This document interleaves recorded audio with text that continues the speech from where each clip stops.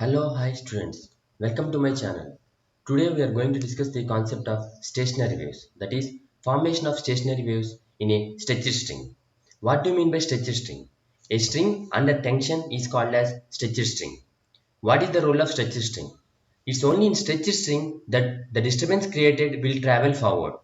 If the string is not in under tension, what will happen? Though we create disturbance, this disturbance will not carry forward. Okay, this is the role of a stretched string. Now let me take a string, that is a stretched string, which is fixed between two rigid ends. This end and this end is the rigid end. This string of length L is fixed between the two rigid ends. Now let me assume that I plug a portion AB of the string perpendicular to its length. Then what will happen? Transverse waves will be generated. These transverse waves will travel like this and hit the rigid end, and then what happens? It reflects back, creating the reflected wave like this. Now this transmitted wave and reflected wave both are identical, and since the disturbance travels with with large velocity, what happens is within no time your rope, which is horizontal initially, now what happens? It appears like this. It forms in the form, it appears in the form of loops. Okay, now this is transmitted wave, this is reflected wave. This transmitted wave and this reflected wave will have both will have same amplitude, same wavelength and same frequency. That means these two are identical waves. When such two identical waves travel in opposite direction, and when they superimpose, what happens is stationary waves are formed or standing waves are formed. Here there are two important points that you have to note. See, if you observe the transmitted wave, the trough of the transmitted wave hit the rigid end. Then what happened? The reflected wave started with crest. Okay. Similarly, trough incident on the rigid end will give you trough incident on the rigid end will give you crust. That is because of reflection at the rigid end. What happened? There is a phase change of pi. What is the reason for this phase change of pi? This phase change of pi between the transmitted and reflected wave is because of Newton's third law. Okay, that is first point. The next point is I plug the portion AB of the string only once.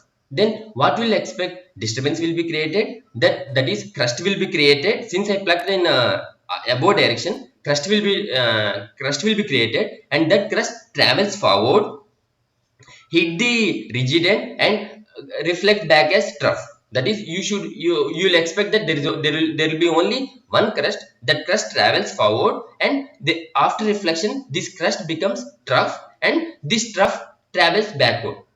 This trough travels backward. But in reality this will not happen. What happens? You'll get a continuous series of crust and trough. What is the reason? The reason is this plucked portion AB of the string oscillates because from about its mean position above and down because of inertia of motion. Okay, see now initially what happened? This portion AB, when I plucked this portion AB, moved up. When I left, what happened? It comes to its mean position, and because of inertia of motion, it won't stay in its mean position, comes down and again moves up. That is, taking AB as mean position, this portion AB moves, oscillates above and below, that producing continuous series of crusts and troughs.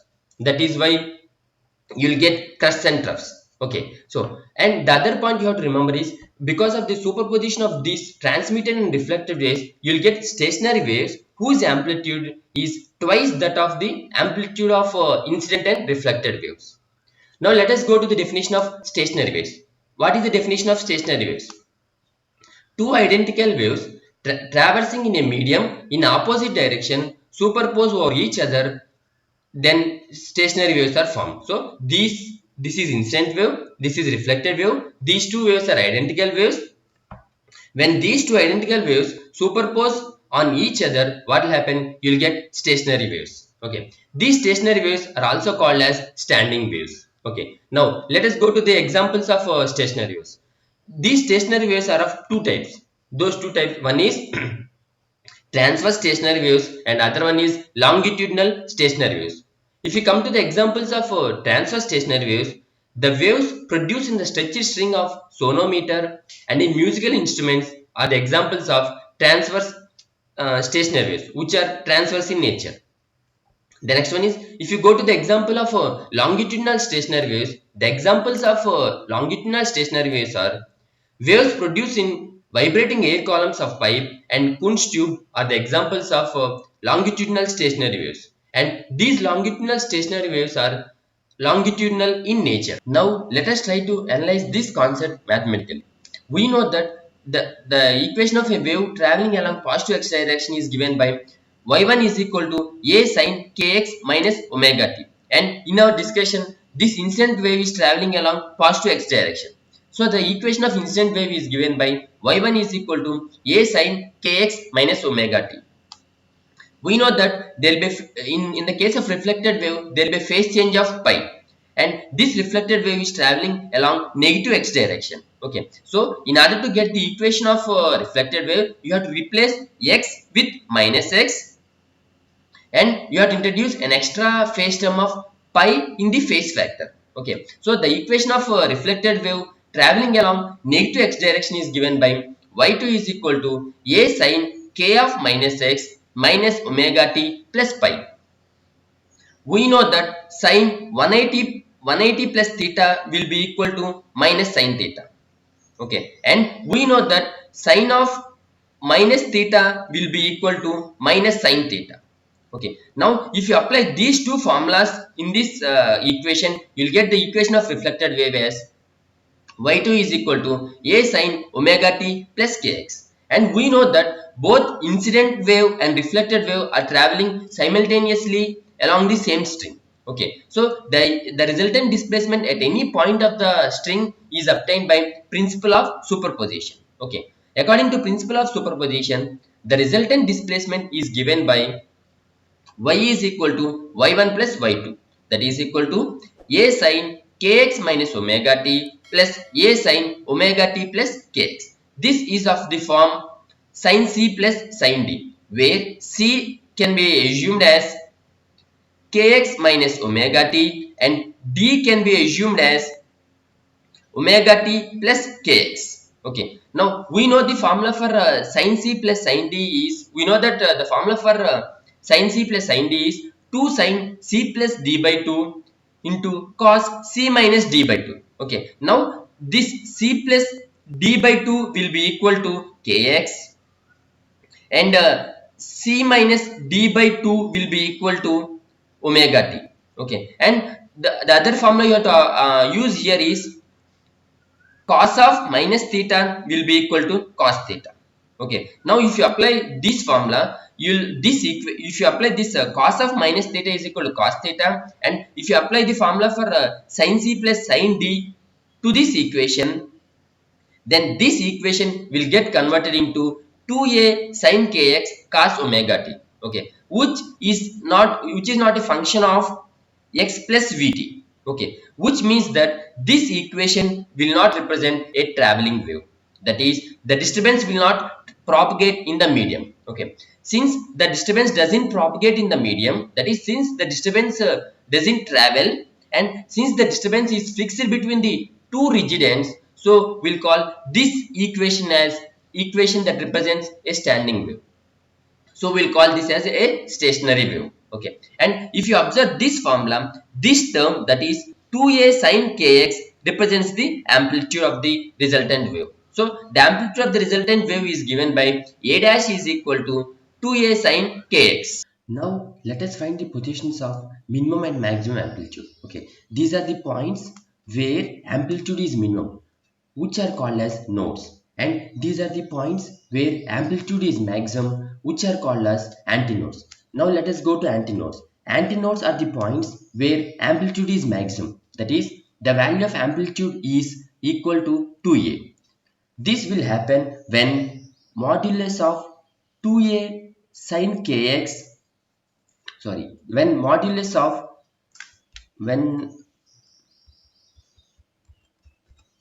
let me this will happen when modulus of 2a sin kx is equal to 2a. This will happen when the value of sin kx is equal to plus or minus 1. Okay, the value of sin kx will be equal to plus or minus 1 when the value of kx is equal to 2n minus 1 into pi by 2, where n can be 1 comma 2 comma 3 and so on. Okay, we already know the formula for k as k is equal to 2 pi by lambda. Now if we substitute k is equal to 2 pi by lambda here, what will you get? 2 pi by lambda is into x is equal to 2n minus 1 into pi by 2. Now if this by will get cancelled, this 2 will come down and this lambda will go to top. Then what will get? You will get x as x is equal to 2n minus 1 into lambda by 4. Okay, that is from this point at a distance of x is equal from this point, that is from this point at a distance of x is equal to 2n minus 1 into lambda by 4, you will find antinodes. Now let us substitute different values of n. If I substitute n is equal to 1, then 2 and 3 like that, I'll get the values of x as x is equal to lambda by 4, that is for n equal to 1, 3 lambda by 4 for n equal to 2, 5 lambda by 4 for n equal to 3 and so on. That means at a distance of x is equal to lambda by 4 from this point, you will find one antinode, and at a distance of x is equal to 3 lambda by 4, you will find one more antinode, and at a position of 5 lambda by 4, you will find one more antinode, so on. Okay, now if you see the difference between any two values, the difference between any two values will be equal to lambda by 2, that is half of the wavelength. That means the distance between two successive antinodes at any point on the string will be equal to half of the wavelength. Nodes are the points where amplitude is minimum. Amplitude is minimum means amplitude is 0. Amplitude will be 0 when modulus of 2a sin kx is equal to 0. Modulus of 2a sin kx will be 0 when the value of kx is equal to n pi, where n can take the values starting from 0, that is n equal to 0, comma 1, comma 2, comma 3 and so on. We know that the formula for k is equal to 2 pi by lambda, where 2 pi by lambda, where lambda is the wavelength of the incident wave or reflected wave. Now if I substitute this k here, what will I get? 2 pi by lambda into x is equal to n pi. This pi will get cancelled. This lambda will go to top and 2 will come down. Then what will we get? We will get the value of x as x is equal to n lambda by 2. That means from this position, that is this position, at a distance of n lambda by 2, you will find the positions of nodes. Okay. Now let me substitute the different values of n. When I substitute n equal to 0, I'll get the value of x as x is equal to 0. That is my starting position. Then if I substitute n equal to 1, I'll get lambda by 2. If I substitute n equal to 2, I'll get 2 lambda by 2, which is nothing but lambda. N equal to 3, 3 lambda by 2 and so on. That means from this position at a distance of 0, that is this position, and at a distance of lambda by 2, lambda, 3 lambda by 2 and so on, you will find the positions of nodes. Okay, now if you observe the difference between these two values, any two values, you will find that the difference between these two values will be equal to lambda by 2. That means the distance between two successive nodes is half of the wavelength. If you feel that this video is useful, kindly share to your friends. If you have any doubts or suggestions, you can comment me in the comment section.